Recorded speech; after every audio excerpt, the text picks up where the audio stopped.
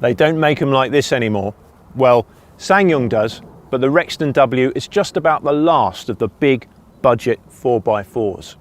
These days SUVs are getting ever more expensive and ever lighter.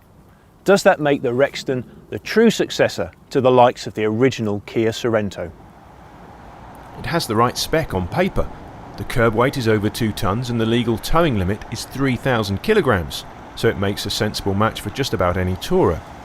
There's a healthy 128 kilogram nose weight limit, and the car can go from rear-wheel drive to four-wheel drive at the twist of a switch. The price is right too. You can buy a Rexton W for $21,995, although the model we're testing, the range-topping EX Auto, costs £25,995. That's significantly less than you'd pay for a new Kia Sorento or Hyundai Santa Fe with a similar level of specification. So, is the Rexton the bargain it appears to be? Yes and no. The new Rexton W's 2-litre diesel is much quieter and more refined than the gruff engines fitted to earlier versions, but it has its work cut out towing a big tourer. Hitched up to a Sterling Elite Searcher, the SsangYong pulled from 30 to 60 in 19.1 seconds.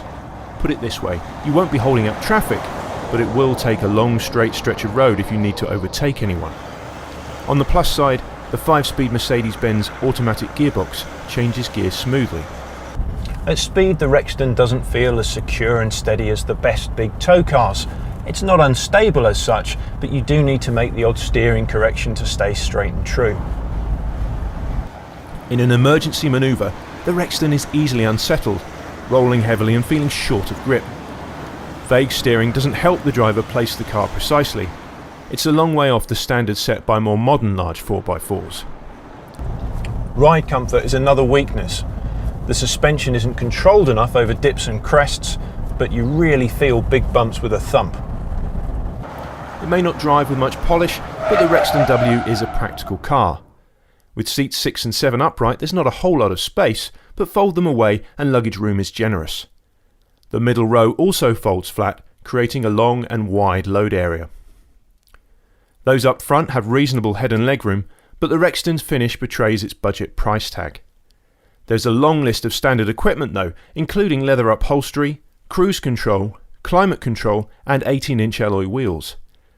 Touchscreen sat-nav is a £999 option, and owners also benefit from a 5-year warranty.